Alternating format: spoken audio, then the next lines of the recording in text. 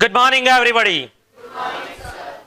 आज हमारे को एक्सरसाइज के एग्जाम पॉइंट ऑफ व्यू से जितने भी केसेस एप्लीकेबल हैं उनको समझना है, पढ़ना है, याद करना है। काफी सारे केसेस ऑलरेडी हम डिस्कस कर चुके हैं, कुछ केसेस हम आज डिस्कस करेंगे, बराबर है।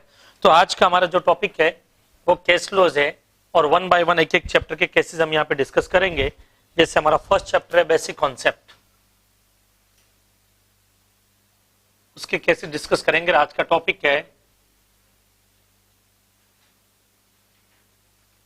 M of M G. ये क्या है, इसका फुल फॉर्म अपन बाद में देखेंगे। हाल फिलहाल पहले यहां पे आते हैं। फर्स्ट केस आपका जो आपके एग्जाम में एप्लीकेबल है उनमें से process of washing of iron ore और removal of foreign material from such ore. मतलब जो जमीन से आप आयरन ओर निकालते हैं उसकी क्वालिटी इंप्रूव करने के लिए उसमें से जो वेस्टेज होता है बेकार उसको वॉश करके अलग कर दिया जाता है। बोले इस प्रोसेस को डिपार्टमेंट का कहना है कि हम मैन्युफैक्चरिंग मानेंगे और एक्साइज ड्यूटी चार्ज होगा। एसएससी ने कहा नहीं, ये मैन्युफैक्चरिंग नहीं है, इस पर एक्साइज ड्यूटी चार्ज नहीं होगा। क्वेश्चन ये है कि इस पर एक्साइज ड्यूटी चार्ज होना चाहिए या नहीं होना चाहिए। तो डिसीजन आया not manufacturing, no excise duty. क्यों, समझो। मैंने आपको बताया था कि मैन्युफैक्चरिंग में क्या होता है कि आइडेंटिटी एंड यूटिलिटी चेंज होनी चाहिए, और डीन मैन्युफैक्चरिंग में क्या होता है any process by which goods become marketable, और पैकिंग, रीपैकिंग, लेबलिंग, रीलेबलिंग और प्राइसिंग, इनकी वजह से वैल्यू एडिशन हुआ। तो ये कुछ चीजें हैं जो हमारे डीम्ड मैन्युफैक्चरिंग में कवर होती है। जमीन से जब आयरन ओर निकला था तब भी वो आयरन ओर था और उसकी क्वालिटी इंप्रूव करते हैं वॉश करने के बाद में भी वो आयरन ओर है। जिस पर्पस के लिए हमने ये सोच करके उसको निकाला था कि किस पर्पस के लिए यूज करेंगे, बाद में भी उसी पर्पस के लिए यूज होता है। भाई जब आपने कोई चीज बनाई थी या जमीन से निकाली थी उस वक्त आपने सोचा होगा फ्यूचर में ये किस काम में आएगी, क्या वॉश करने के बाद में उसी काम में आ रही? अगर उसी काम में आ रही तो यूटिलिटी भी चेंज नहीं हुई। इट मींस यहां पर ना तो आइडेंटिटी चेंज हुई ना यूटिलिटी चेंज हुई, और जब कभी भी आइडेंटिटी यूटिलिटी चेंज नहीं होती है वो प्रोसेस मैन्युफैक्चरिंग में कवर नहीं होगा, बराबर। तो अब यहां पर ये मैन्युफैक्चरिंग नहीं है और एक्साइज ड्यूटी चार्ज नहीं होगी। केस का नाम है steel authority of India limited, बराबर। अब इस केस को याद रख, देखो किसी भी चीज को याद रखने की अलग अलग टेक्निक्स होती है। 23 टाइप्स की टेक्निक्स जो हमने बनाई है, 23 टाइप्स की टेक्निक्स है, उनमें से 10 टाइप की टेक्निक्स किसी भी सब्जेक्ट को याद करने में, पढ़ने में सफिशिएंट है। इवन यहां तक कि विद पेज नंबर बुक भी याद हो सकती है उन टेक्निक्स से। यहां पर मैं कुछ टेक्निक्स काम में लूंगा जो आपको केसेस याद करवाएगी, जिसमें से हमारे 2 टेक्निक्स काम आती है सबसे ज्यादा केसेस के लिए। वो imagination power and association method. मतलब आपकी एक इमेजिनेशन पावर, दूसरा एक पर्टिकुलर चीज को दूसरी चीज से एसोसिएट करना। ये एक ऐसी टेक्निक्स है जिनसे आपको लंबे समय तक कोई भी चीज याद रह सकती है, बट ये टेक्निक खाली केस लॉज के लिए काम में आएगी। सेक्शन याद करने के लिए दूसरी टेक्निक्स काम में आती है, बराबर है। जो मैं आपको जब कस्टम्स के सेक्शन याद करवाऊंगा उस वक्त यूज करूंगा, जिसमें हम 40 मिनट्स में सारे कस्टम एक्ट के सेक्शन याद कर लेंगे। चाहे आप अपनी तरफ से पूरी कोशिश करना कि आपको याद ना हो, मैं अपनी तरफ से सिर्फ और सिर्फ 5% कोशिश करूंगा कि आपको याद हो जाए। और आज तक मैं ही जीतता आया हूं और आप भी यही चाहते हो कि मैं ही जीतूं तो ज्यादा अच्छा है। तो चलो शुरू करते हैं हमारे यहाँ पे जो आज की टेक्निक है उसमें। अब हमको याद रखना है कि केस जब ऐसा है तो ऑटोमेटिक नाम क्लिक हो जाए। तो अब इस नाम को अगर मैं शॉर्ट करूं SAIL, सेल बनता है, बराबर, जिसका प्रोनाउंसिएशन SALE, सेल से मिलता जुलता है प्रोनाउंसिएशन, बराबर है। अब क्या करने का, आपको एक पिक्चर इमेजिन करो अपने दिमाग में। क्लासेस के नीचे खड़े होकर के आप लुंगी लपेट करके आप आयरन और सेल कर रहे हो और जगह जगह बोर्ड लगा दिया सेल सेल सेल, आयरन और सेल सेल सेल। चेहरा मत देखो, आंख बंद करके पिक्चर इमेजिन करो, ठीक है? यस, ये मेरे को इमेजिन करने की जरूरत नहीं है सर, हम तो आपको इमेजिन कर रहे हैं कि लुंगी लपेट करके वहां पे सेल सेल आयरन और, बराबर। हाँ, इतनी इमेजिन करो, ज्यादा करोगे तो नींद आ जाएगी। आगे खोलो, चलो सेल। अब आपके एग्जाम में जब कभी भी क्वेश्चन आएगा आयरन ओर का लेकर के, आपको ये पिक्चर अपने आप क्लिक होगी कि आप खड़े होकर के सेल कर रहे थे, लेकिन जब सेल आएगा तो SALE ये क्लिक होगा, बट इतना तो आप भी सी स्टूडेंट हो जो समझ सकते हो कि SALE तो याद करने के लिए था, SAIL है, steel authority of India limited. Okay, case number 2, process of generation of metal scrap और waste during the repair of machineries. Machinery का रिपेयर हो रहा था, मशीनरी के रिपेयर में खूब सारा वेस्टेज निकला, क्या उसको प्रोडक्शन माना जाएगा? डिपार्टमेंट का कहना है कि स्क्रैप प्रोडक्शन की डेफिनेशन में कवर होता है, बट दोस्तों याद रखना मैंने आपको प्रोडक्शन की डेफिनेशन समझाई थी, उसमें मैंने आपको बताया था कि any by product scrap wastage arising during the course of manufacturing, जो आप मैन्युफैक्चरिंग एक्टिविटी कर रहे हो उस टाइम में कोई बाय प्रोडक्ट बनता है वो प्रोडक्शन की डेफिनेशन में कवर होगा और उस पर एक्साइज ड्यूटी चार्ज होगी। तो इसका मतलब यहां पर एक्साइज ड्यूटी चार्ज नहीं होगी, क्योंकि मशीनरी के रिपेयर करते वक्त, मशीनरी को रिपेयर करते वक्त स्क्रैप निकला था, ना कि मैन्युफैक्चरिंग करते वक्त। समझ में आया? अब ये केस है ग्रासिम इंडस्ट्रीज का, ये केस जग जाहिर है, आपको अच्छी तरह से मालूम है, जिसका तो नाम भी याद करवाने की मुझे नहीं लगता जरूरत हो, फिर भी अगर आपको चाहिए कि नहीं सर हमको तो याद करवाओ ही करवाओ, आप तो एक पिक्चर इमेजिन करो, घास ही घास है चारों तरफ, ग्रास, क्या है? ग्रास, घास ही घास है चारों तरफ, वहां पे एक मशीन रखी हुई है, पापा ने बोला बेटा ये मशीन ठीक हो जानी चाहिए शाम तक, आप उस मशीन को ठीक कर रहे हो, रिपेयर कर रहे हो, बराबर है, शाम को पापा आकर के डांटेंगे, घास के अंदर खूब सारा कचरा डालते जा रहे हो, वेस्टेज डालते जा रहे हो, घास खड़ी होकर के बोलती है इस पर ड्यूटी पे करनी पड़ेगी क्योंकि ये प्रोडक्शन की डेफिनेशन में हो। आप घास के कान के नीचे 2 कैप्सूल बजाते हो, बोले पगली तू मुझे आईडीटी सिखाएगी? हम अच्छी तरह से जानते हैं कि ये मैन्युफैक्चरिंग प्रोसेस के दौरान नहीं, रिपेयर के दौरान निकला है, तो इस पर ड्यूटी चार्ज नहीं होगी। तो कौन बोला आपको कि ड्यूटी चार्ज होगी? ग्रास, तो ग्रासिम इंडस्ट्रीज। ओके, नाउ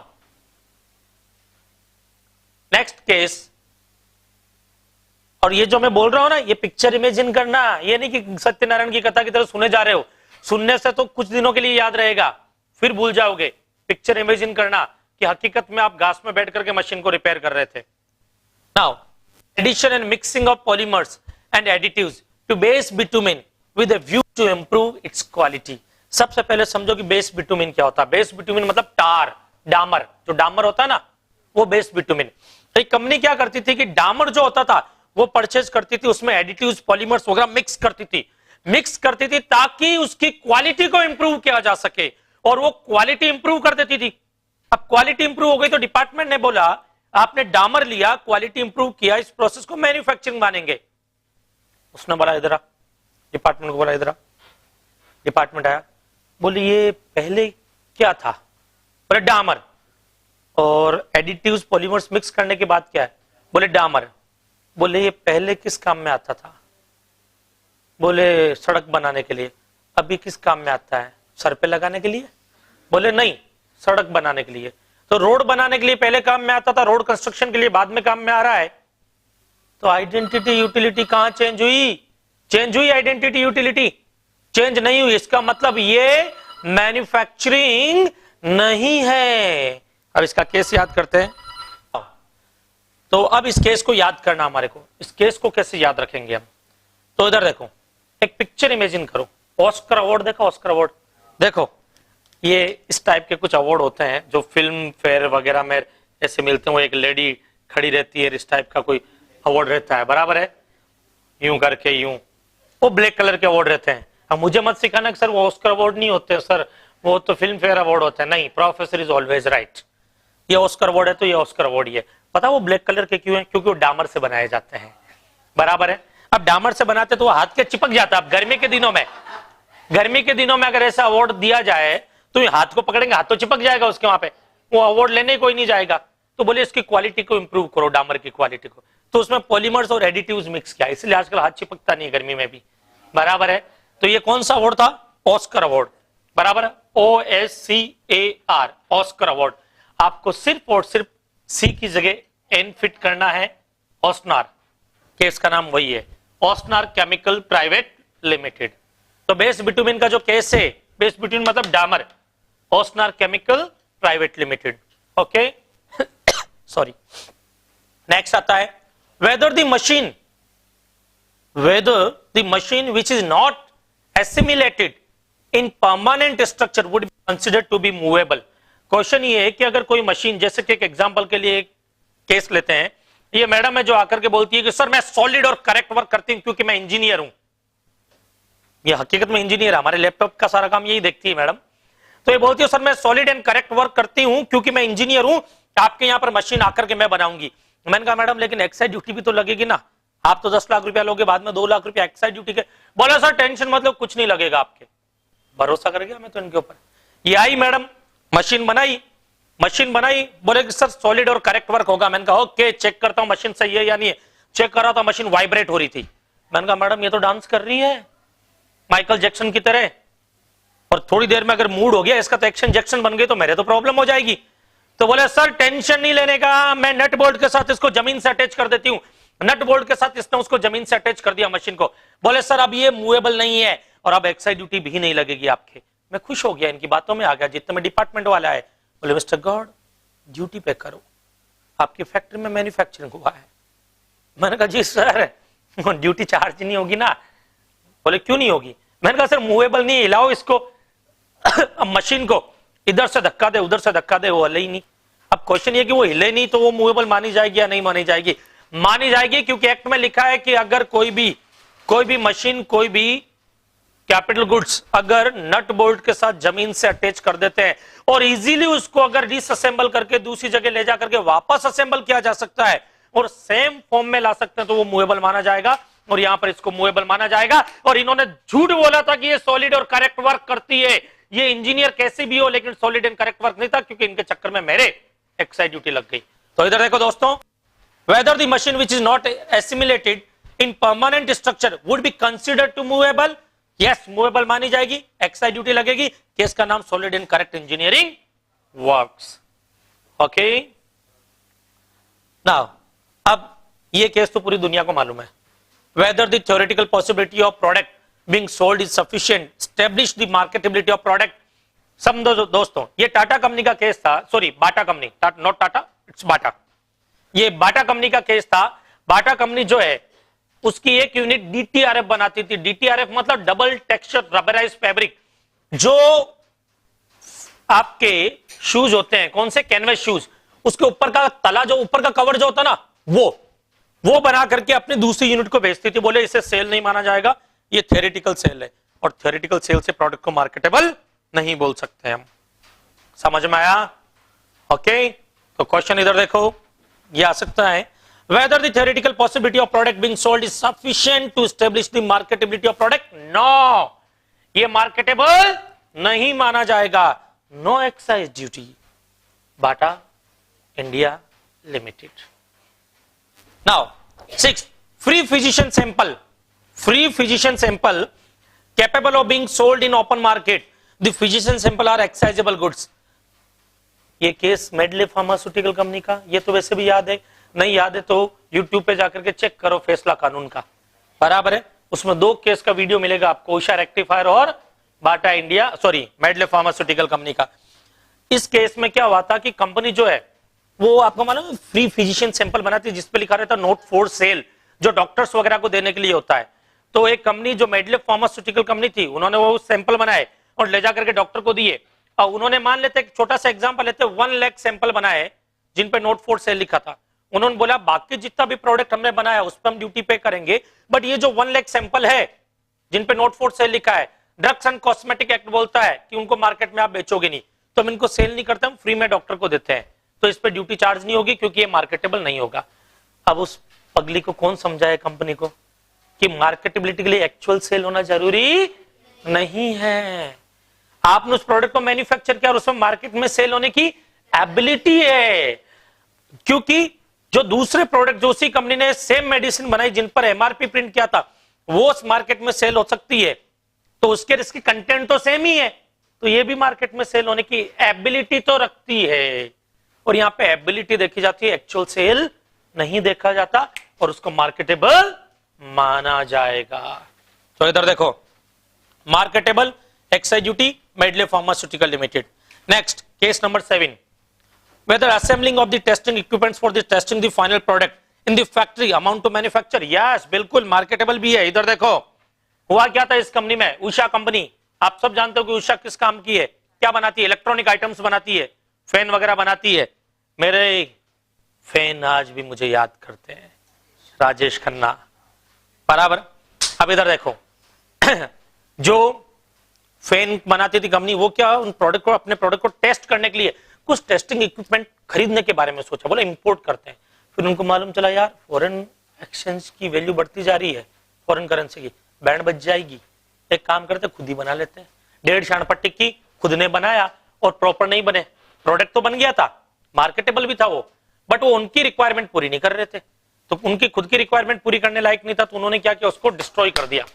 क्या कर दिया? डिस्ट्रॉय कर दिया, खुद नहीं, बनाने के बाद डिस्ट्रॉय किया। डिपार्टमेंट ने बोला आपने बैलेंस शीट देखी है, आप इसमें प्लांट एंड मशीनरी में उन इक्विपमेंट्स को दिखा रहे हो, पॉइंट नंबर 1।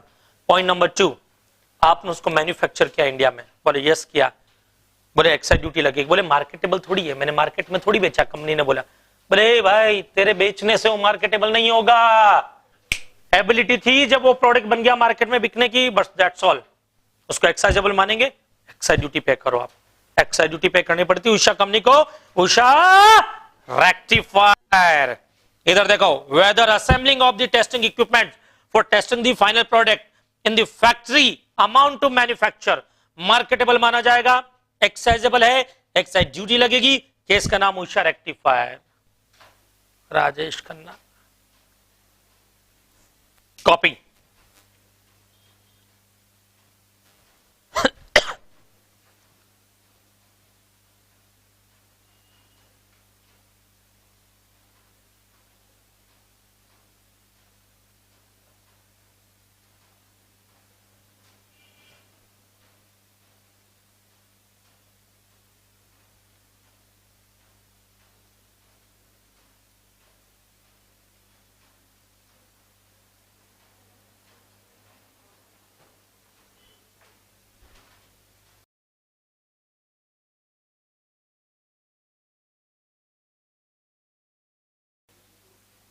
क्योंकि वो आप पर्टिकुलर लंबे टाइम तक एक प्रोडक्ट को एक टेस्टिंग इक्विपमेंट टेस्ट करके खत्म कर देता है। चलो ना इधर आओ, नेक्स्ट।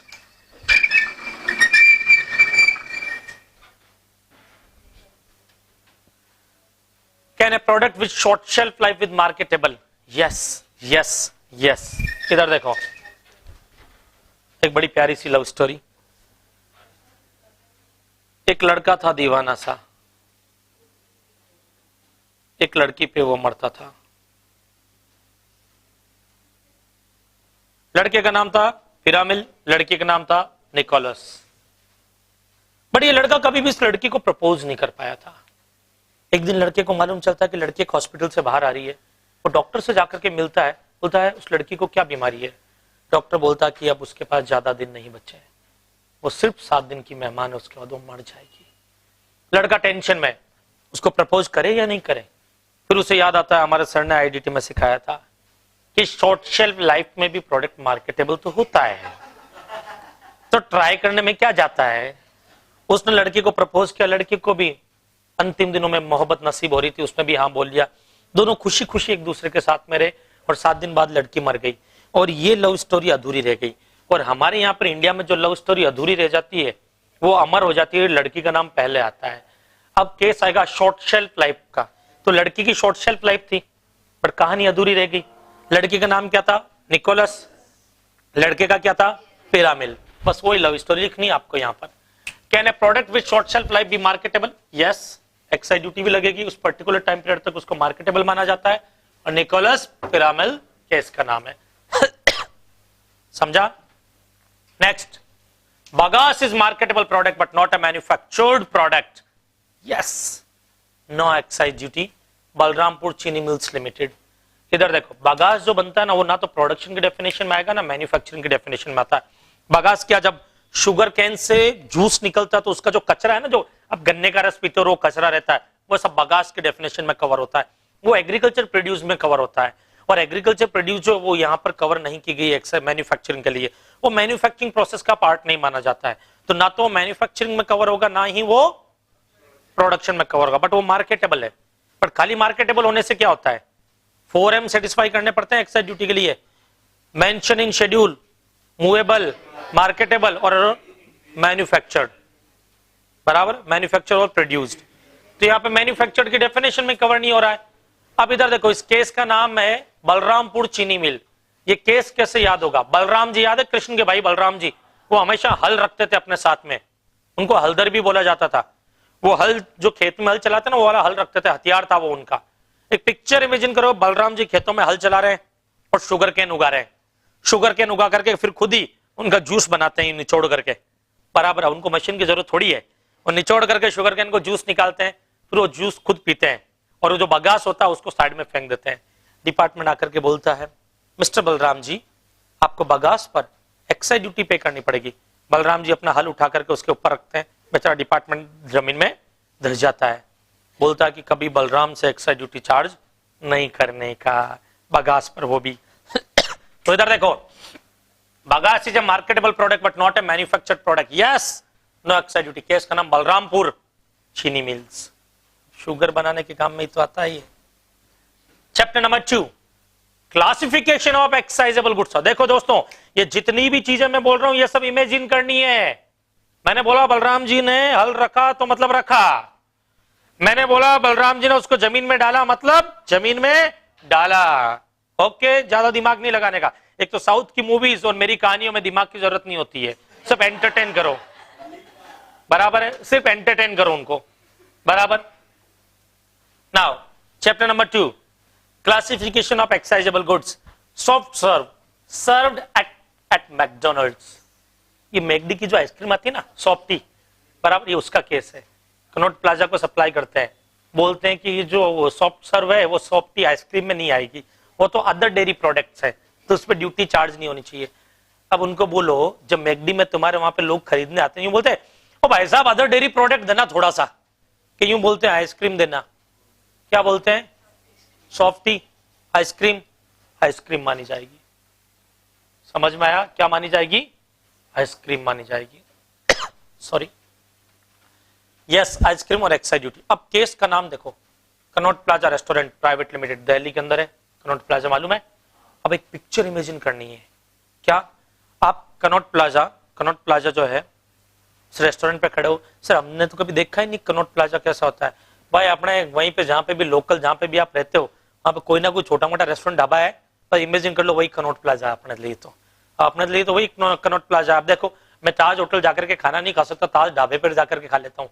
फोन आता तो वही बोलता हूँ ताज में हूँ, किसको क्या मालूम चलने वाला कौन सा ताज। तो अपने जो आजू बाजू में जो रेस्टोरेंट ढाबा है ना, या नहीं है तो कुल्फी वाला है, उसी को कनॉट प्लाजा मान लो, ठीक है। और एक पिक्चर इमेजिन करो कि आप वहां पर खड़े हो कनॉट प्लाजा पे, ठीक है, जो भी आप वाला कनॉट प्लाजा है उस पर आप खड़े हो, और सॉफ्टी जो है ना मैकडी से ला करके सॉफ्टी मस्त मजे से खाए जाओ। सॉफ्टी खा रहे हो, ध्यान रखना, तो मस्त मजे से मस्त मजे से सॉफ्टी खाए जा रहे हो, ये पिक्चर इमेजिन करो।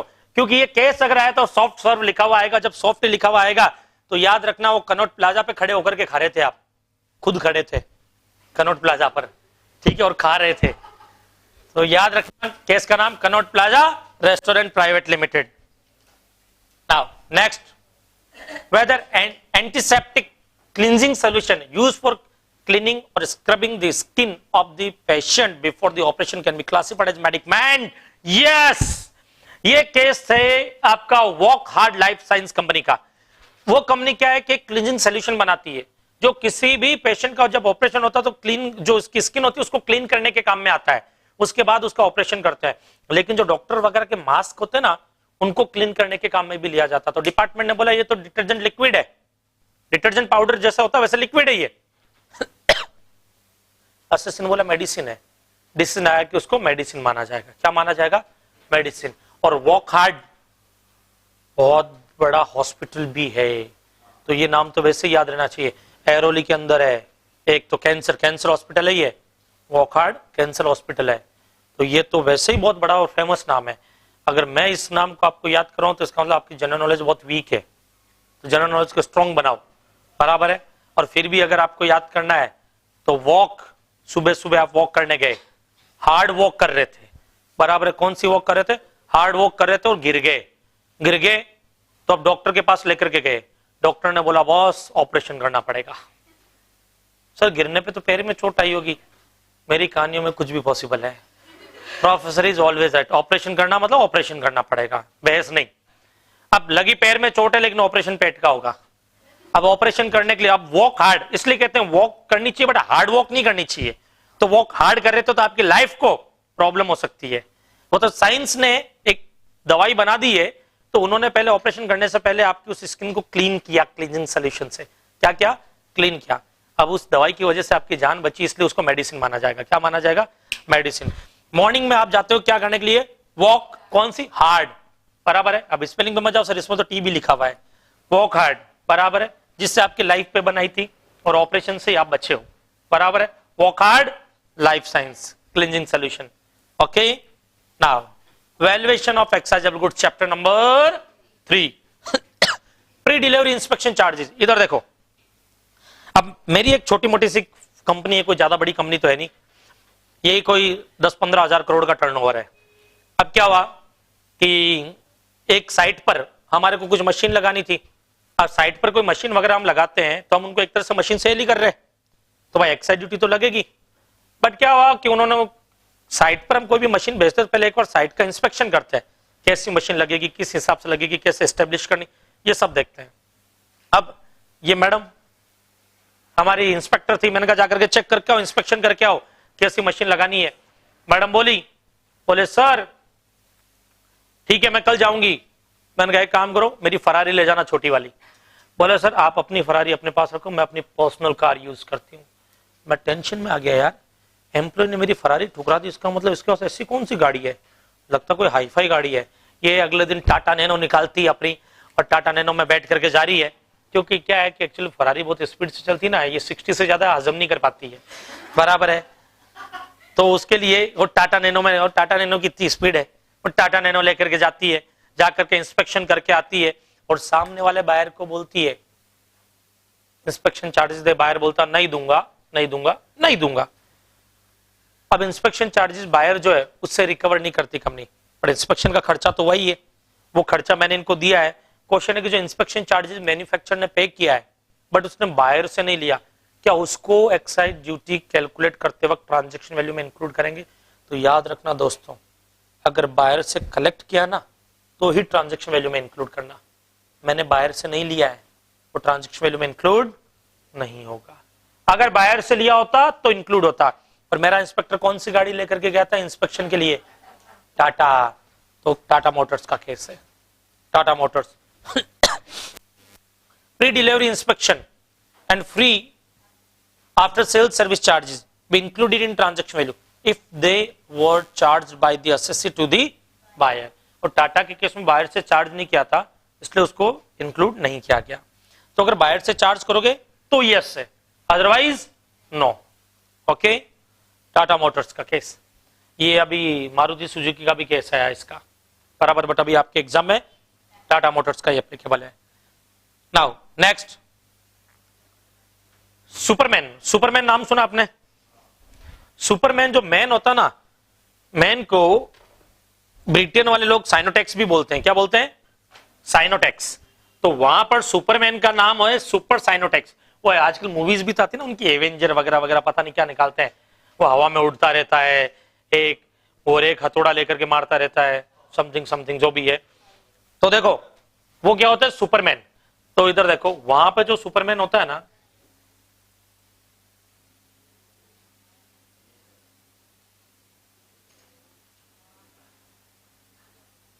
देखो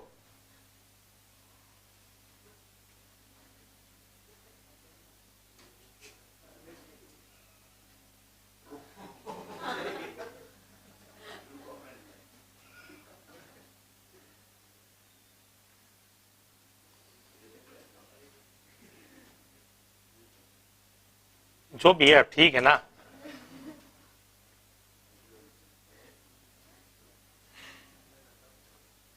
ये सुपरमैन, ये सुपरमैन था। अब ये सुपरमैन जो है, इसको वहां पर क्या बोलते हैं? सुपर साइनोटेक्स। सुपर साइनोटेक्स बराबर है। अब सुपर साइनोटेक्स ब्रिटेन में बोला जाता है। एक दिन ये सुपरमैन इंडिया में आता, बोले मैं बिजनेस करूंगा यहाँ पर, अब ये बिजनेस करता था तो इसको क्या स्कीम, एक गवर्नमेंट ने बोला भाई सुपरमैन आया बिजनेस करने, तो एक काम करो एक स्कीम बना देते हैं इसके लिए कि ये वैल्यू एडिड टैक्स कलेक्ट तो करेगा कस्टमर से पर डिपार्टमेंट को पे नहीं करेगा।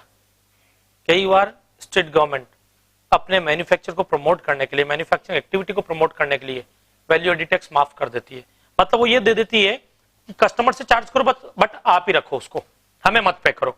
तो सुपर साइनोटेक्स कंपनी जो है उसके साथ में भी ऐसा ही हुआ, उन्होंने कस्टमर से वैल्यू एडिड टैक्स चार्ज किया, डिपार्टमेंट को पे नहीं किया, खुद के पास रखा। एक्साइज डिपार्टमेंट ने बोला इसको ट्रांजैक्शन वैल्यू में इंक्लूड करेंगे, एक्साइज ड्यूटी चार्ज होगी, क्योंकि कस्टमर से आप ये चार्ज कर रहे हो। उसने बोला ड्यूटी कभी भी कस्टमर से जो चार्ज की जाती है वो ट्रांजैक्शन वैल्यू में इंक्लूड नहीं होती। बोले वो ड्यूटी इंक्लूड नहीं होती है जो आप गवर्नमेंट को पे कर देते हो कलेक्ट करके, जब आप पे ही नहीं कर रहे हो अपनी पॉकेट में रख रहे हो तो चार्ज होगी। तो सुपरमैन भी आया यहां पर, बोला नहीं देंगे हम आपको ड्यूटी, भले ही हम वैल्यू एडिड टैक्स कलेक्ट करेंगे बट आपको नहीं देंगे और ट्रांजैक्शन वैल्यू में भी इंक्लूड नहीं होने देंगे। इनको क्या मालूम था कि हमारे यहाँ पे जो एक्साइज डिपार्टमेंट में ऑफिसर था वो रजनीकांत था, और कान के नीचे इधर से एक कैप्सूल बजाया, इसके दोनों कान उड़ा दिए। बोले बेटा सुपर साइनोटैक्स याद रखना, अगर तुम कलेक्ट करते हो और डिपार्टमेंट को पे नहीं करते तो वो वैल्यू एडिड टैक्स किस में इंक्लूड होगा, ट्रांजैक्शन वैल्यू में इंक्लूड होगा। Amount of value added tax collected by the assessee and retained with him in accordance with any state sales tax incentive scheme includable in the assessable value, yes, Super Sinotax India Limited. Okay, copy.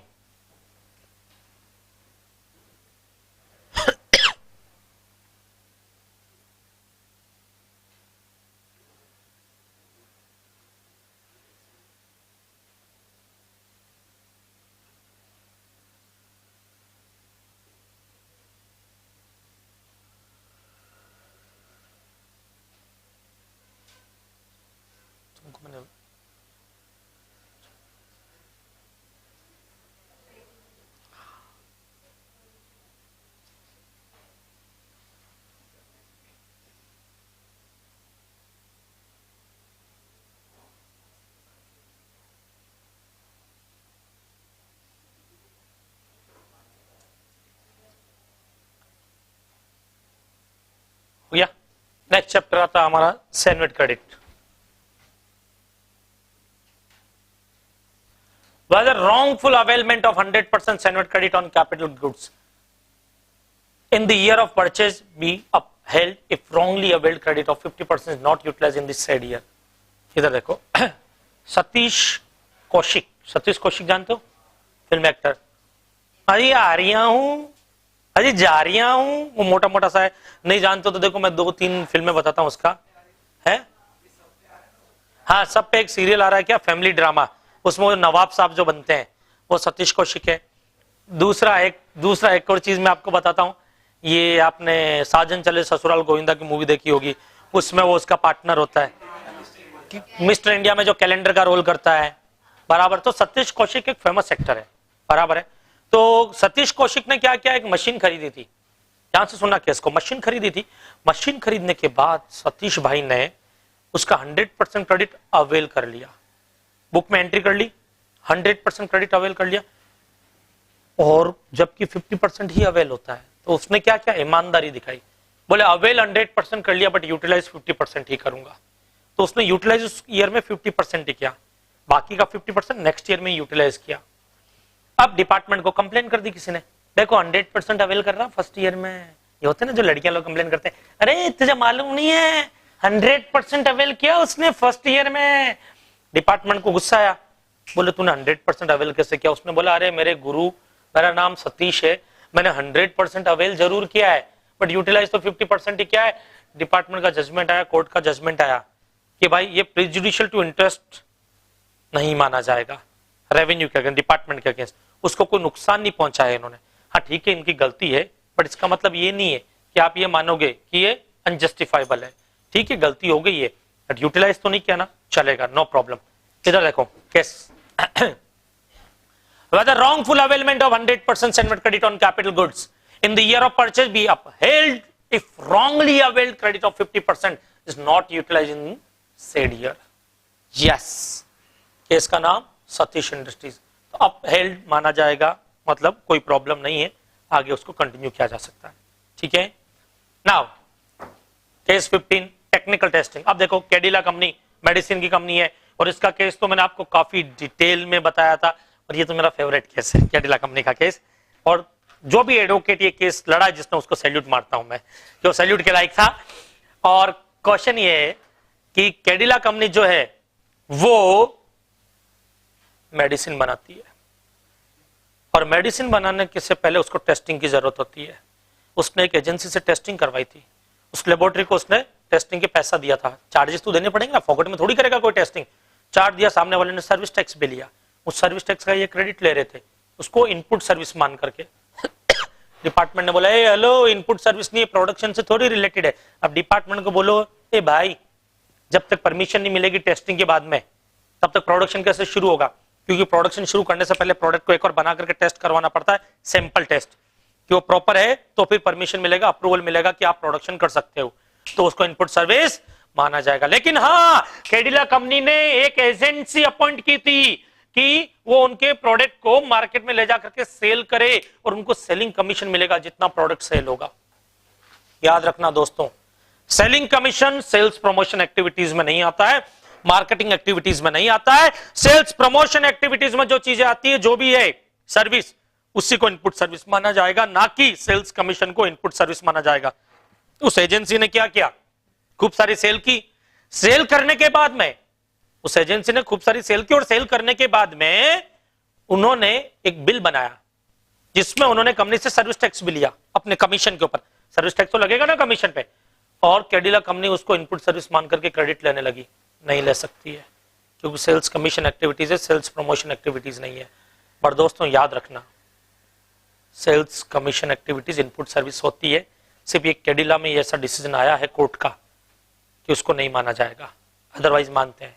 हो सकता है कि advocate ने act को उल्टा पलटी करके ऐसे प्रेजेंट किया हो जिसकी वजह से प्रॉपर्ली सोचने में जज भी चकरा गया उस वक्त, बराबर है, तो ऐसा हो सकता है। बट याद रखना एग्जाम में जब क्वेश्चन आएगा तो हमको तो वही लिखना जो केस में दिया हुआ अभी। इसके लिए हाल फिलहाल आपको यही मान करके चलना कि वो इनपुट सर्विस नहीं होती है। Technical testing and analysis service availed by the assessee for testing of clinical sample prior to commencement of commercial production, input service and credit allowed. Whether service of commission agent are eligible input service for claiming SANVAT? Not input service, SANVAT credit not allowed. Cadila health care, दोनों कैडिला के case है, Cadila health care limited का case है, दोनों के दोनों ही। Okay, now next आता है in case of combo pack a toothpaste manufacture by SSC and toothbrush brought out from market, is toothbrush eligible as input under the SANVAT credit rules 2004? समझो यहां पर एक कंपनी है जो टूथपेस्ट बनाती है और वो टूथब्रश मार्केट से खरीदती है, उस टूथब्रश को अपने टूथपेस्ट के साथ डाल करके निकालती है, रिमूव करती है। डिपार्टमेंट ने बोला जो टूथब्रश आपने मार्केट से खरीदा वो मैन्युफैक्चरिंग के काम में नहीं आया तो उसको इनपुट नहीं मानेंगे हम। तो क्या उसको इनपुट माना जाएगा? यस माना जाएगा। रीजन हमने क्या पढ़ा, इनपुट का डेफिनेशन क्या होता है? All items which are used in manufacturing of finished goods in factory including प्यू प्यू प्यू प्यू, पी का मतलब पार्ट। कोई भी कैपिटल गुड्स में अगर कोई भी input as a part use हो रहा है तो वो इनपुट माना जाएगा। ए का एक्सेसरीज, कोई भी accessories along with main product, तो ये एक्सेसरीज है जो मेन प्रोडक्ट के साथ रिमूव हो रही है, बराबर। आर पी नहीं प्यू, पी ई ए डब्ल्यू, ई का मतलब क्या होगा? इलेक्ट्रिसिटी का, बराबर है। अगर इलेक्ट्रिसिटी जनरेशन के काम में कोई भी इनपुट लेते हो तो वो इनपुट माना जाएगा। जैसे नेफ्ता फ्यूल आपने इलेक्ट्रिसिटी जनरेशन के काम में लिया, बट शर्त क्या है कि नेफ्ता फ्यूल कैप्टिवली कंज्यूम होना चाहिए, बराबर है। Next W, W means warranty, free warranty claim अगर आप दे रहे हो तो उसके ऊपर हम वैल्यूएशन में ऐड करते हैं फ्री वारंटी, तो वारंटी चार्जेस लेते हैं स्टार्टिंग में, उस पर एक्साइज ड्यूटी चार्ज करते हैं, इसलिए यहाँ पर आप क्रेडिट अलाउ होता है उसका। तो ये प्यू की डेफिनेशन हम ऑलरेडी डिटेल में पढ़ चुके हैं, तो आपको क्या याद रखना है, कोई क्रेडिट मिलेगा। अब देखो मैं यहाँ पर मुंबई में एक क्लासेस में पढ़ाता हूँ जिसका नाम है प्राइम विजन। अब प्राइम विजन में क्या होता है कि कभी कभी कुछ स्टूडेंट्स ऐसे होते हैं, कुछ स्टूडेंट ऐसे होते हैं, सारे नहीं है, कुछ स्टूडेंट ऐसे होते हैं जो मॉर्निंग में सुबह 7 बजे का लेक्चर होता है और सर्दी के टाइम में 7 बजे जल्दी कौन उठता है, 6:45 बजे, फिर भी वो उठते हैं, भागे भागे आते हैं, मुंह भी नहीं धोते, ब्रश भी नहीं करते। मैंने प्राइम विजन के प्रोफेसर को बोला, जो डायरेक्टर थे उनको मैंने बोला यार सर एक काम कीजिए, हमारी हेल्थ का थोड़ा सा ध्यान रखिए। बोले भाई आपकी हेल्थ को हमने कहाँ बिगाड़ा? मैंने कहा आप नहीं बिगाड़ते हो, जो स्टूडेंट आते हैं वो ब्रश करके नहीं आते, कोई डाउट पूछते हैं, सर ये क्या होता है, सर ये क्या होता है, सर ये बताओ ना ये। अब वो यूं करते हैं, सीधा मुंह पे आते हैं, तो प्रोफेसर बेचारा बेहोश होकर के नीचे गिर जाता है। तो प्लीज रिक्वेस्ट है, एक टूथपेस्ट उनको दे दो विद ब्रश। उन्होंने टूथपेस्ट खुद ने बनाया प्राइम विजन ने, और ब्रश मार्केट से खरीद करके दिया, उसका क्रेडिट मिलेगा, क्योंकि ब्रश क्या है, इनपुट है, क्योंकि प्रोफेसर की हेल्थ के लिए ये स्टेप उठाया गया था, इसलिए इस केस का नाम है prime health care product. Prime vision classes जहां के स्टूडेंट थे, health care product. Now next, normal loss of input. अगर कभी भी कोई भी नॉर्मल लॉस इन ट्रांजिट होता है या नॉर्मल लॉस फैक्ट्री में होता है, किसका, इनपुट का, या टॉलरेबल लिमिट तक का लॉस होता है। ये नहीं कि नॉर्मल लॉस का मतलब आधा माल ही खत्म हो गया, सर वो तो हो गया सर, पता नहीं कैसे हो गया, वो नहीं। डिपार्टमेंट भी एक लिमिट रखता है कि भाई ऐसे प्रोडक्ट को अगर इस पर्टिकुलर टेम्परेचर में रखा गया तो इतना परसेंट नॉर्मल लॉस होगा, उसको टॉलरेबल लिमिट बोलते हैं। तो टॉलरेंस लिमिट तक अगर कोई भी नॉर्मल लॉस होता है या कोई भी लॉस होता है, उसका क्रेडिट आपको मिलता है। 1000 यूनिट्स मैंने खरीदी थी, बराबर है, 1000 यूनिट्स मैंने खरीदी थी, और उनमें से या 1000 केजी माल खरीदा था, लेकिन अब फैक्ट्री के अंदर इनवॉइस में 1000 केजी लिखा है, बट फैक्ट्री में पहुंचते पहुंचते या फैक्ट्री में वो 990 केजी बचता है, 10 केजी नॉर्मल लॉस हो गया, तो 10 केजी का क्रेडिट मिलेगा, भले वो मैन्युफैक्चरिंग के काम में नहीं आ रहा है, क्योंकि नॉर्मल लॉस का क्रेडिट मिलता है। केस का नाम है भुआल का इंडस्ट्रीज। क्या नाम है? भुआल का इंडस्ट्रीज। अब याद कैसे रखेंगे इसको, टुकड़े करो, भुआ अलका, भुआ अलका। और भुआ जी, जो अलका भुआ जब भी आती है, देखो भुआ जी हमारे यहाँ पे इंडियन रिलेशन में क्या होता है, भुआ बोलते हैं पापा की बहन को। पापा की बहन आती है, अपने बच्चों के साथ में आएगी छुट्टियां मनाने के लिए, तो उस केस में भाई भुआ जी के लिए एक साड़ी भी लानी पड़ती है, उनके बच्चों को कपड़े भी दिलवाने पड़ते हैं, यहाँ पे शॉपिंग करवाने के अलावा घुमाना भी पड़ता है। तो ये वो नॉर्मल लॉस है जो होकर के रहेगा, इससे आप नहीं बच सकते, चाहे कितनी भी कोशिश करो, ये नॉर्मल लॉस तो होना ही होना है, बराबर है। ये खर्चा तो करना ही पड़ेगा, गरीब से गरीब आदमी होगा तब भी करना पड़ेगा। तो ये क्या नॉर्मल लॉस है, आप इससे बच नहीं सकते, बराबर है। तो कौन सा नॉर्मल लॉस से आप नहीं बच सकते, जब भुआ हल्का आती है। और याद रखना, भुआ जी को रेस्पेक्ट दो, पहले भुआ लिखना फिर हल्का लिखना। मालूम चला केस लिख दिया हल्का भुआ स्टील इंडस्ट्रीज, हल्का भुआ नहीं है, भुआल का स्टील इंडस्ट्रीज। ओके, तो इधर देखो, normal loss of input oblique minor variation arising due to weighment by different machines within tolerance limit eligible for cenvat credit. Case है भुआल का इंडस्ट्रीज। Okay, now copy.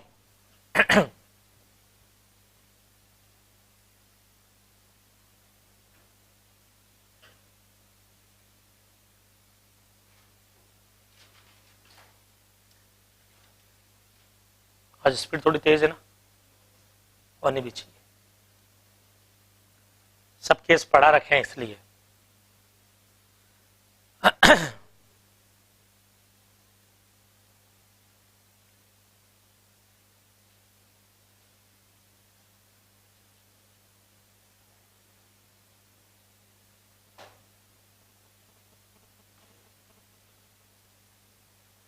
एक केस के नाम है, blue pen से लिखे वो डिसीजन है, बराबर है, और ब्लैक पेन वाला क्वेश्चन जो केस था वो है।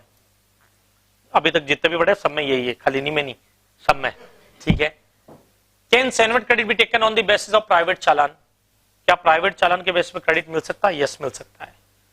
क्या होता है कि डिपार्टमेंट ने बोल रखा है कि कई कंपनीज अपने खुद के प्राइवेट चालान बनाती है।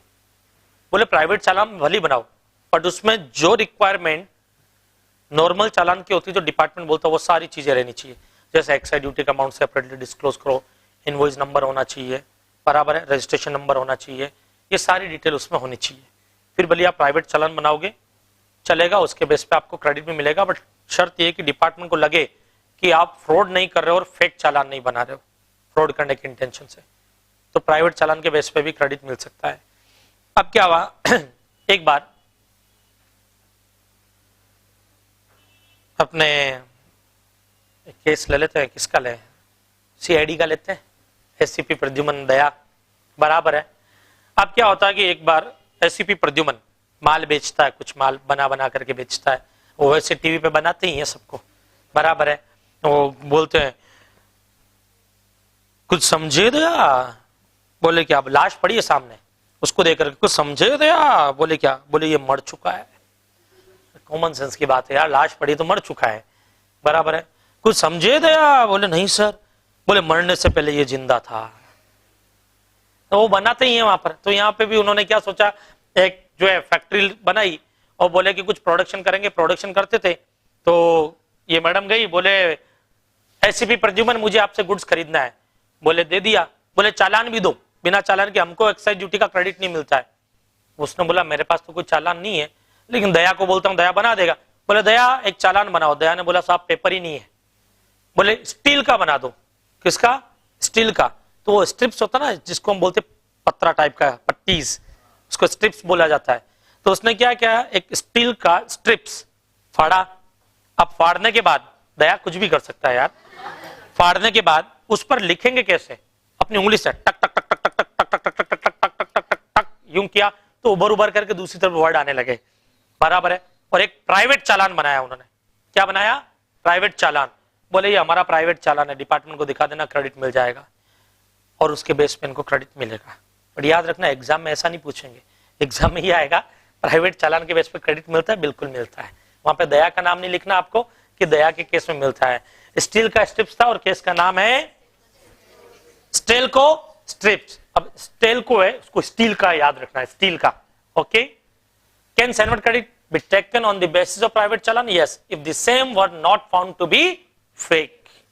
नाउ नेक्स्ट आता है हमारे यहाँ पे टाटा कंपनी का केस था। टाटा कंपनी ने क्या किया, एडवांस में मटेरियल खरीदती थी। टाटा कंपनी क्या करती थी?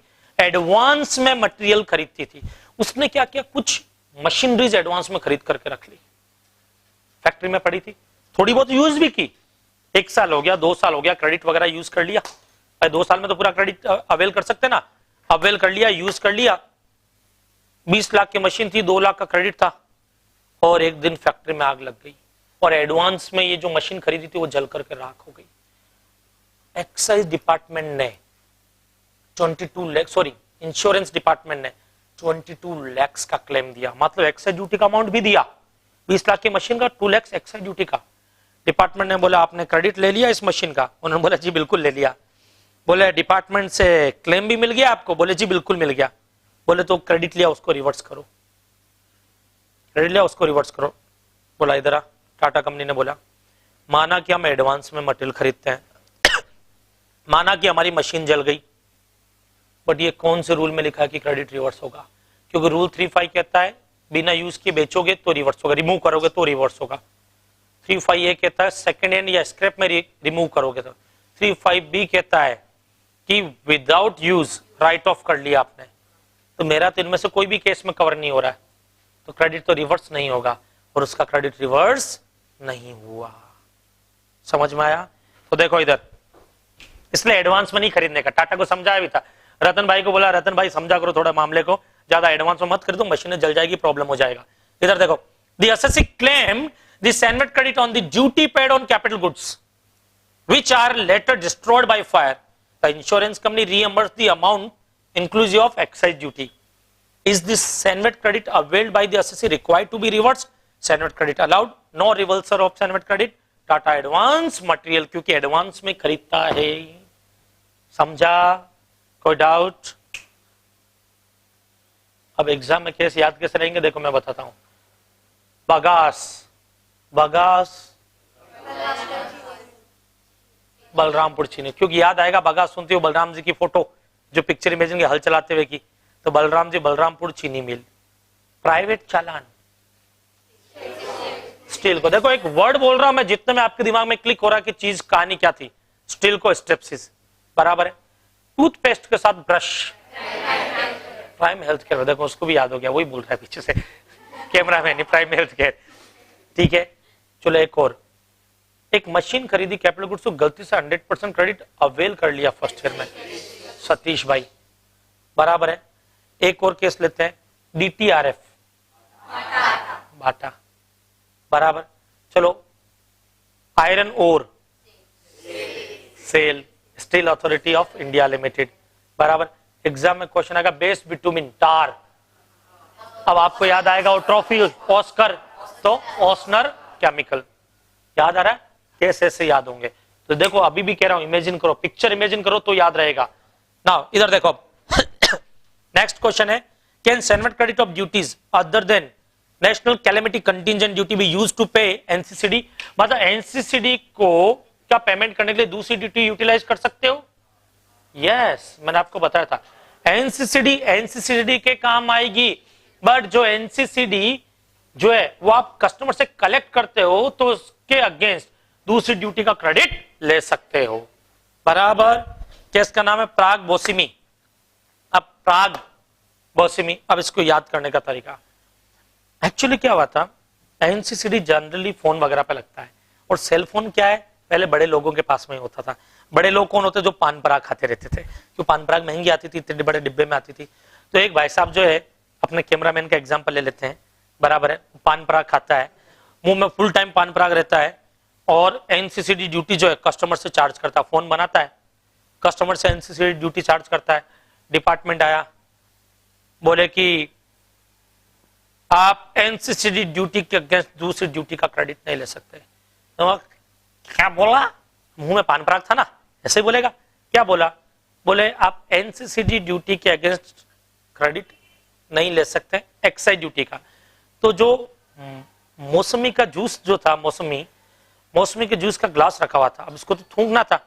अब भारत स्वच्छ अभियान के तहत आसपास तो थूक नहीं सकता। वो जो मौसमी का ग्लास था, वो बेचारे उन डिपार्टमेंट वालों के लिए जूस लेकर के आया था, इनका जो भी प्यून था वो ग्लास लिया। हाँ, अब बोलो क्या बोल रहे थे, एनसीसीडी का क्रेडिट नहीं मिलेगा, बोले अब जूस पी ले, सब मिल जाएगा, तेरा अक्ल चलेगा, क्योंकि तू पान पराग नहीं खाता, तेरे को नॉलेज नहीं इस चीज की। बराबर है। तो याद रखना दोस्तों, इधर देखो, पराग खाने का और मौसमी की जगह बोसिमी, ठीक है, नो मौसमी, इट्स बोसिमी। तो देखो एनसीसीडी का क्रेडिट, एनसीसीडी के अगेंस्ट एक्साइज ड्यूटी का क्रेडिट मिलेगा, बोले बिल्कुल मिलेगा। कैसे याद आएगा, ये पिक्चर इमेजिन करना, और डिपार्टमेंट वाला आया और कैमरामैन हमारे कैमरामैन की शक्ल आपको दिखाई नहीं दी, बराबर है, और ये दिखाएगा भी नहीं, मैं जानता हूं। तो एक काम करो, आप अपने उधर के आसपास के कैमरामैन को इमेजिन कर लो, ठीक है, जो भी शादी ब्याह में आया उसी को इमेजिन कर लो। नाउ इधर देखो, एक और केस है, जेसीपी जानते हो, जेसीपी वो जो गड्ढा खोदती है, सर वो जेसीबी होती है, नहीं जेसीपी होती है वो, बराबर, प्रोफेसर इज ऑलवेज राइट। अब जेसीपी बड़े बड़े गड्ढा खोदती है, बड़े बड़े प्रोजेक्ट लगाती है, तो जेसीपी का एक बड़ा भाई है केसीपी। क्या नाम है, केसीपी, केसीपी नहीं, केसीपी नहीं, केसीपी एक मशीन का नाम है, बराबर। वो मशीन खरीदी मैंने, खरीद करके फॉरेन में गया, फॉरेन में जाकर के एक फैक्ट्री बनाई, और वो मशीन फैक्ट्री में यूज नहीं होती थी, एक प्रोजेक्ट बनाया, शुगर प्लांट लगाया वहां पर, और वो एग्जाम थी शुगर वहां पर, क्या है, और एक तो कैपिटल गुड्स मशीन, मैंने कहा मशीन कैपिटल गुड्स से क्रेडिट मिलना चाहिए, नहीं मिलेगा, रीजन फैक्ट्री में यूज नहीं किया। दूसरा, उससे बनने वाला प्रोडक्ट एग्जेम्प्ट है, किससे, जो प्लांट मैंने बनाया है ना, उस प्लांट से बनने वाला प्रोडक्ट क्या है, एग्जेम्प्ट है। तो सैनवेट क्रेडिट अवेल करने की जो भी कंडीशंस थी वो पूरी नहीं हुई, यहां पर समझ में आया, पूरी नहीं हुई।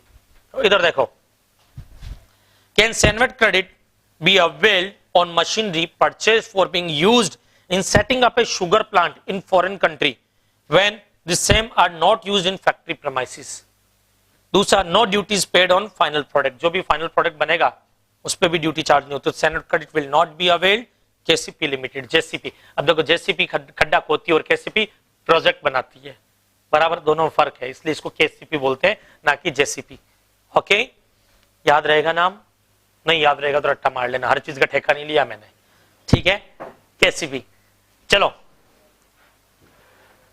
ना,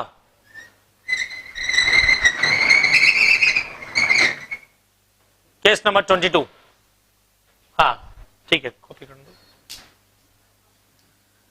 हाँ तो ठीक है ना, जैसे कोई रोल खराब हो गया तुम्हारे कैमरे का, ऐसा कर रही हो। हाँ मेरे तो 10 हाथ है ना, जो लिखे वक्त तो मेरे हाथ तो यूं थे, अपने आप लिखा जा रहा था।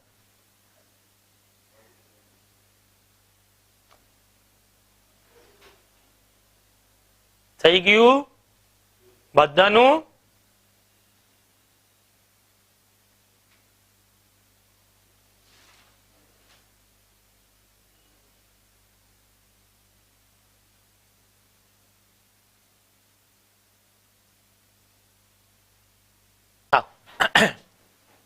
नेक्स्ट है, whether penalty can be imposed on the director of the company for wrong Sandwich credit availed by the company. Ashok Kumar H फुलवादियाई। सबसे पहली चीज ये देखो, ये बोलते हैं कि अगर आपने असाइनमेंट क्रेडिट रॉन्गली अवेल कर लिया तो क्या पेनल्टी डायरेक्टर पे लगेगी? नहीं लगेगी। सर क्यों? डायरेक्टर ने रॉन्गली अवेल किया है फिर भी नहीं लगेगी? नहीं लगेगी, क्योंकि एक्ट में लिखा है पेनल्टी एसएससी को लगती है और एसएससी कंपनी है, डायरेक्टर तो असिस्टेंस है। एसएससी कौन है? कंपनी है, तो पेनल्टी किसको लगेगी? कंपनी को लगेगी, डायरेक्टर को नहीं लगेगी। ओके, अब केस का नाम है अशोक कुमार। अब अशोक कुमार वाला केस कैसे याद रखेंगे? आपने अशोक कुमार देखा, पुरानी फिल्मों में दादा मुनि बनते थे, उनका हाथ यूं रहता था, बार बार कोई भी डायलॉग बोलते अरे बेटा, वो यूं करके हाथ यूं करते रहते थे। अब अशोक कुमार को असाइनमेंट क्रेडिट अवेल करना था, तो मतलब एंट्री करनी थी, तो एंट्री करनी थी इस पेज पे, वो हाथ यूं हो गया, एंट्री हो गई इस पेज पर, तो रॉन्गली अवेल हो गया क्रेडिट। बराबर है, क्रेडिट क्या हो गया? रॉन्गली अवेल हो गया। नहीं, अगर आपने नहीं देखा अशोक कुमार को तो जाकर के यूट्यूब करो, गूगल सर्च मारो, अशोक कुमार की एक्टिंग जो भी करेगा सबसे पहले यूं करेगा वो। बराबर, अशोक कुमार बोलते डायलॉग बोलते वक्त भी यूं ही करता था। तो आपको ऐसे याद रखना, मैं मिमिक्री तो कर नहीं सकता बट एक्टिंग करके बता रहा हूं कि एक्चुअली एंट्री यहां पे करनी थी और हाथ यूं चला गया और एंट्री इधर हो गई, जिससे रॉन्गली अवेल हो गया क्रेडिट। तो अशोक कुमार ने बोला अब रॉन्गली अवेल हो गया तो हो गया, मैं डायरेक्टर हूं कंपनी का, डायरेक्टर हूं कंपनी का, पेनल्टी नहीं लगेगी मेरे पे। डिपार्टमेंट ने बोला क्यों नहीं लगेगी? बोले मैं एसएससी ही नहीं हूं, पेनल्टी एसएससी पे चार्ज होती है। तो इधर देखो, whether penalty can be imposed on the directors of the company for the wrong assignment credit availed by the company. No, Ashok Kumar H फुलवादियाई। सॉरी, इसके आगे के नाम भी लिखने पड़ते हैं, वर्सेस, सीसीईएक्स, ईयर वगैरह, वो कुछ याद रखने की जरूरत नहीं है। जनरल प्रोसीजर में आते हैं। In a case where the manufacturer remove goods without payment of duty, clandestinely removes, मतलब बिना ड्यूटी पे के फ्रॉड करने के इंटेंशन से उसको रिमूव किया गया है, ड्यूटी की चोरी करने के लिए। बराबर, and stores them with a firm for further sale, can penalty under rule 25 of the central excise rules 2000 to be imposed on such firm? No. क्यों सर? हमने पेनल्टी पढ़ी थी, एक नाथ शिंदे आता है 25 में, 26 में कौन आता है? फारूक अब्दुल्ला। यहां पे फारूक अब्दुल्ला की पेनल्टी लगेगी, असिस्टेंस वाले, क्योंकि सामने वाले ने, जिसने स्टोर किया है माल को, पेनल्टी उसकी हो रही है, उस पर पेनल्टी लगेगी 25 की, नहीं लग सकती है, 26 की पेनल्टी लगेगी, वो तो असिस्टेंस है। तो 25 की पेनल्टी तो एसएससी पे लगती है, तो वो इस पर इंपोज नहीं होगी। और केस का नाम क्या? Balaji trading company. अब बालाजी अपने बालाजी, बराबर है, बालाजी हनुमान जी, अब किसकी औकात है पेनल्टी लगा दे 25 की उनके ऊपर। अब उन्होंने वहां पे, ये बालाजी एक्चुअली टोबैको का केस है, टोबैको स्टोर किया जाता था, बट यहां पर ऐसा याद रखो आप तो कि बालाजी के पास में आप गए, बोले कि भाई साहब ये हमारा गुड्स जो है वो स्टोर करके रखो, हम बिना ड्यूटी पे करके लेके आए। बालाजी राम के भक्त, भगवान श्री राम की पूजा में लीन थे, बोले ला बेटा दे दे, रख दिया, डिपार्टमेंट गया, मिस्टर बालाजी रूल 25 के अकॉर्डिंग पेनल्टी लगेगी। बालाजी ने बोला ठीक है बेटा इधर आ, वो अपनी जो गदा होती है, दो टन टन टन टन टन सारे डिपार्टमेंट वालों के खोपड़ी में मारी, बोले पहले आईडीटी सीख करके आओ, रूल 25 की पेनल्टी मेरे पे इंपोज नहीं होती है। बराबर है ना? Balaji trading company. नेक्स्ट है, can export rebate claim be denied merely for non production of original and duplicate copies of ARE1? ARE1 की ओरिजिनल कॉपी गुम गई, डुप्लीकेट कॉपी थी, उसके बेस पे रिफंड मिल जाएगा क्या? क्वेश्चन ये था, मिल जाएगा। बराबर, क्यों? डिपार्टमेंट को तो प्रूफ चाहिए, आप प्रूफ कर दो कि आपने एक्सपोर्ट कर दिया माल। तो रूल 18 मालूम है? रूल 18 पढ़ा है ARE1, रूल 18 के अंदर मालूम है ना, जनरल प्रोसीजर के अंदर कैसे एक्सपोर्ट होता है गुड्स। अरे वो कुत्ते के अंदर डाल करके माल भेज तो रहा था मैं, वो डोगी, बराबर, कंटेनर, डोगी वाला, हाँ तो डोगी वाला कंटेनर बोलते हैं उसको, ठीक है। देखो माल की नजरी है। तो इधर देखो, can export rebate claim be denied merely for non production of original and duplicate copies of ARE1 when evidence for export goods is available? No. तो ये क्या बोलता है? सबसे पहली चीज, क्या डिपार्टमेंट मना कर सकता है, डिनाई कर सकता है? नहीं, मतलब उसको रिबेट विल बी अलाउड। और केस का नाम है UM cables limited, Uma cables limited. अब ये उमा के नाम से याद कर लो, ठीक है। ये एक केस तुम्हारा है खुद का होमवर्क का, सबका ठेका नहीं लिया हमने। अब देखो दोस्तों, मेरी ये जो टेक्निक है ना, इस टेक्निक में आपको केस तभी याद रहेगा जब ऊट पटंग और रेडिकुलस पिक्चर आपके दिमाग में आएगी। मैंने यहाँ पे जो भी कहानियां बोली उनकी पिक्चर दिमाग में आनी चाहिए, और जितनी भी जैसे भी आपको पिक्चर दिमाग में लानी लाओ। मैं आपको पहले क्लियर कर देता हूं, मेरा मोटिव यहाँ पर आपको केस याद करवाना है, ना कि यहाँ पे धर्म और आध्यात्मिक ज्ञान को बांटना हाल फिलहाल। बराबर है, वो जब करने की जरूरत होगी तब मैं करूंगा, बट हाल फिलहाल नहीं है। अभी मेरा कर्म, मेरा मोटिव सिर्फ यही है कि आपको केस याद हो। अगर मैंने इस केस को याद करने के लिए कुछ भी टेक्निक्स काम में ली और उसमें से अगर कोई टेक्निक आपको बुरी लगी हो या आपको लगा हो कि सर नहीं, जैसे कि जनरल स्टूडेंट बोलते हैं सर डबल मीनिंग था, यहाँ पर मीनिंग डबल नहीं, मीनिंग तो सिंगल था, डबल तो आप बना देते हो उसको।